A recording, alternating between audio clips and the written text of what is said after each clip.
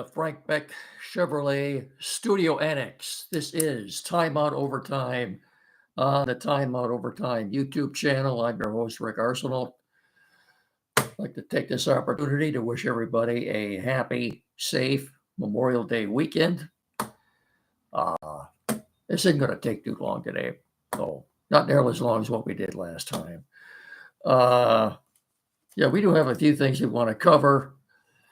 So without further ado, let's get right into this. Timeout Overtime is sponsored in part by Frank Beck Chevrolet on M99 between Hillsdale and Jonesville.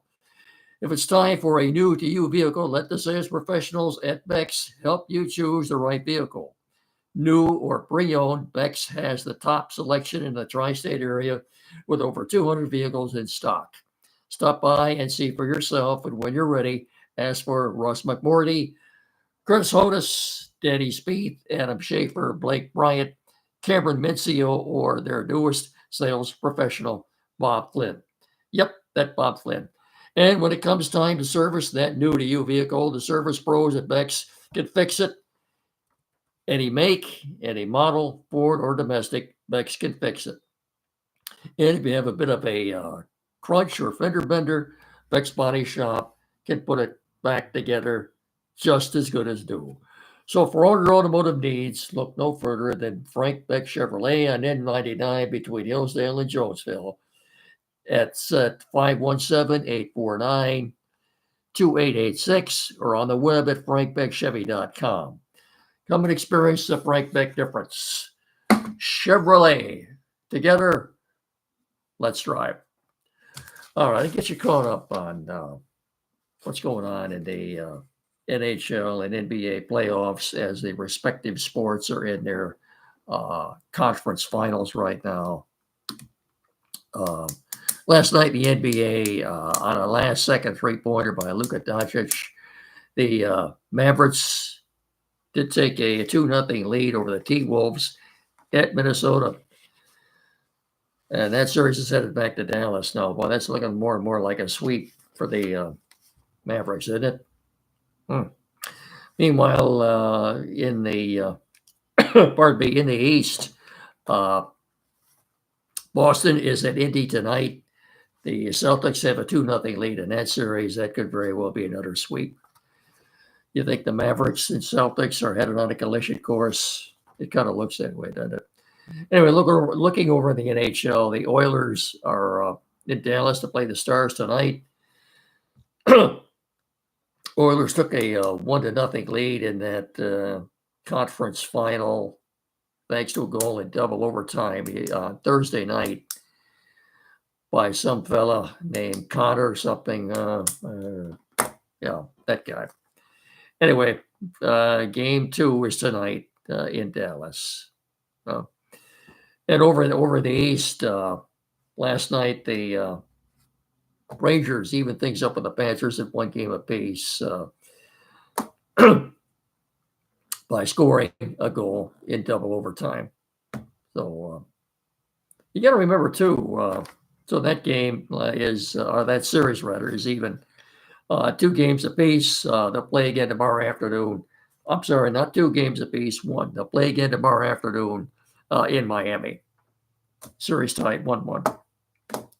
Pardon me. Wow.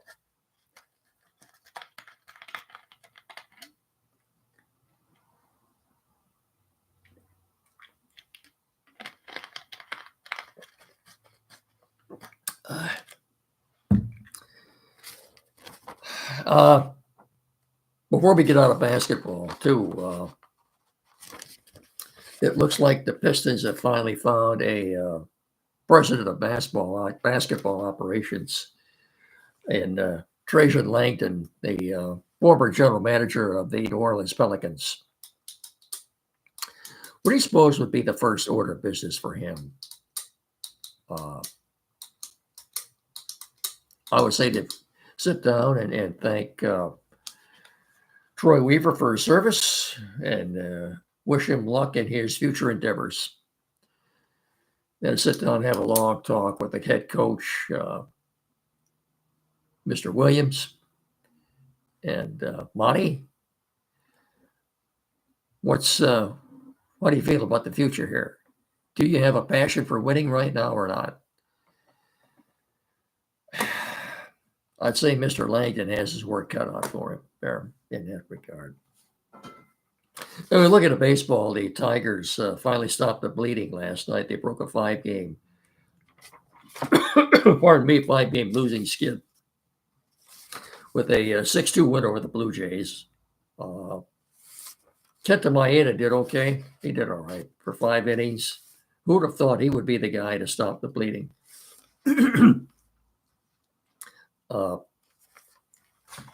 Again, hate to beat a dead horse, but they were competitive last night.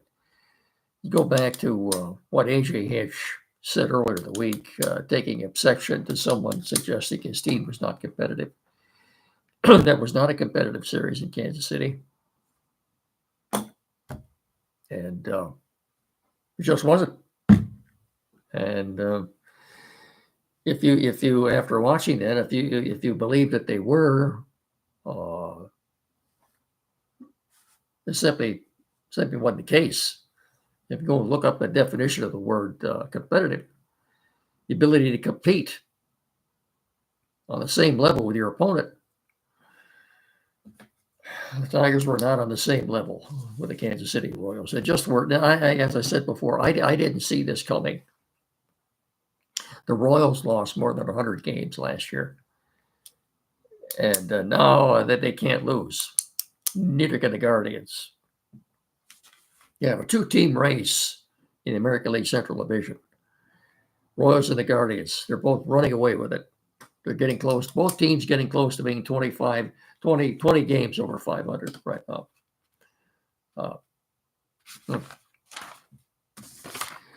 Anyway, the Tigers are now 24-27.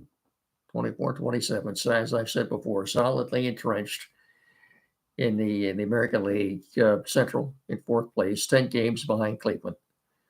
24-27. Huh? Well, let's see. That means since they won their first 5 games and were 5-0. Okay, little math tells me they've gone what? Boy. Yeah, 19-27 since then. Not good. I wonder, too, after 40 games, what was keeping the Tigers around the 500 mark or a few games above? Where's the pitching? Very good. You wondered if they could sustain this. Well, I guess after 50 games, we got our answer. They could not. And let's see what happens. They've got 2 more games with the Blue Jays. By the way, the paid attendance last night at Comerica Park came in at over 27,000. I guarantee you half of that 27,000 were Toronto Blue Jay fans, which is always the case there. Anytime they play the Blue Jays now, of course, it's just once a year in Detroit. And that's too bad, too. That's another thing. But it's just once a year. There are a lot of Toronto fans there. And my hunch would be half of that 27,000 last night were Blue Jay fans. What's my point? I don't guess I'm not trying to make a point. You still can't. Maybe because if you have Comcast and you don't have Bally, what's the alternative? Go to the ball game. Maybe that's why people are going out. It was a decent night weather-wise last night. I don't know if they had fireworks or not. Anyway, they go at it again today at a little after 1 this afternoon. And I think Tigers looks like another loss today. Jose Barrios is pitching for the Blue Jays. He's 5-3 with a nice ERA of 2.98. Bad luck. Reese Olson pitching for the Tigers. He's 0-5. 0-5 with an ERA of 2.16. Folks, that is unbelievable. Absolutely unbelievable. Anyway.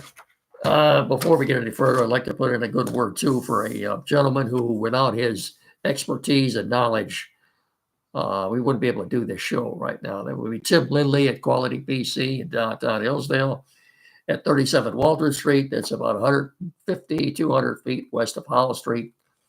Any tech issue you have or tech need, He is the man you want to see in this area. There is no smarter technician around here than Tim Lindley at Quality PC. I can't say enough good things about him. And of course, what I'm telling you now, I don't have a script. It's all ad-libbed. Whatever issue you may have, computers, new or used. If the computer you have now needs a little work done on it, take it in there. Tim will fix it right up for you in the shop. Anything. Maybe you just bought a flat screen TV, smart TV. You need it mounted and programmed. This is the guy you want to see. He'll fix it right up. Anything. Printers, new or used. Get in there and see him. Or you can call him, 517-610-5372. Or better still, get in there and see him. And when you do, tell him Rick sent you, will you please? Thank you. The Lions, Thursday wrapped up OTAs in Allen Park. It was good to see Dan Campbell back, and at his Thursday press conference, someone asked him about the Super Bowl or bust, and I think he said the right things there. In his words, I don't see bust. To Campbell told reporters Thursday, I see Super Bowl. I don't know what bust is. Good for you, Dan.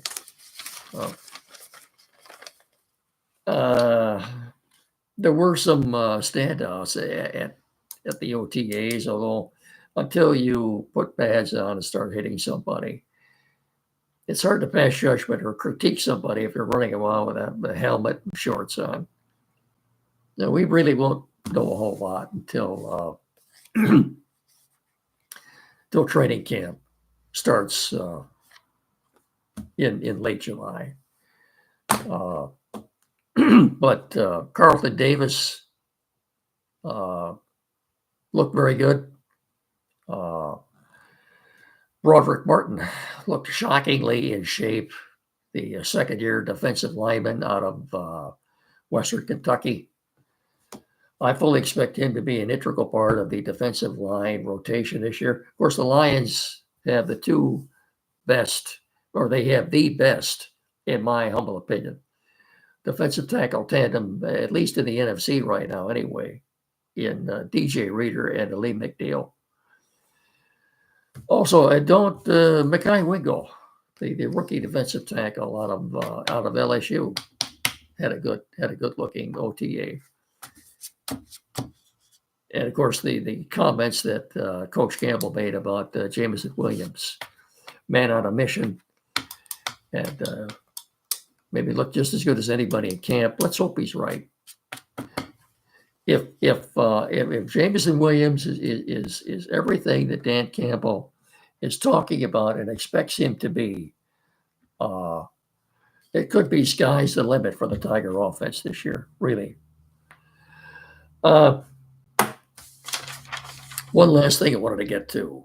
Well, a couple of things. Dave Phipp, the Lions special team coach, at a presser on Thursday, did mention that he's been working with Michael Badgley, the Lions kicker, trying to improve his range.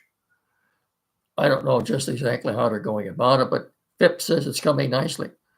He was kicking field goals between 50 and 60 yards in OTAs this week. That's good news. I'm glad to hear it. Maybe that means they won't go out and sign the Michigan Panthers, Jake Bates. Almost a week ago, it looked like a cinch that the Lions would, but we won't know that until the Panther season is over on June 16th. Yeah, that's the championship game that day. UFL championship game is June 16th. So we should know something right away. June 17th, June 18th, if the Lions intend on offering Jake Bates a contract. If they don't, I can assure you some other NFL team will. But no, it's good to hear that Michael Badgley has improved his kicking range with the help of his coach, Dave Phipp. One last thing before we get out of here. I apologize for the voice, but I've been told that the reason for this is the reason everybody's having so much problem this spring is the fact that we had such a mild winter, and now we're paying for it. Hang on just a second.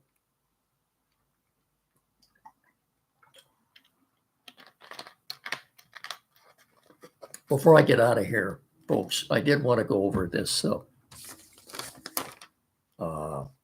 Sharpsfootballanalysis.com. Sharpsfootballanalysis.com came up with a power ranking just prior to the draft. And now they've come out with their post-draft power ranking. Things haven't changed too much. The Lions are still third in this. 49ers are 1. The Chiefs are 2. The Lions are third. Ravens are 4th. Bengals 5th. Pardon me. Eagles 6th. Texans are 7th. The Bills are 8th. The Packers are 9th. So that did change. They moved up one spot from 10 to 9 in this power ranking. So apparently they like what the Packers did in the draft. Cowboys are 10th. All they did was flip-flop spots with the Packers. Cowboys were 9th, now they're 10th.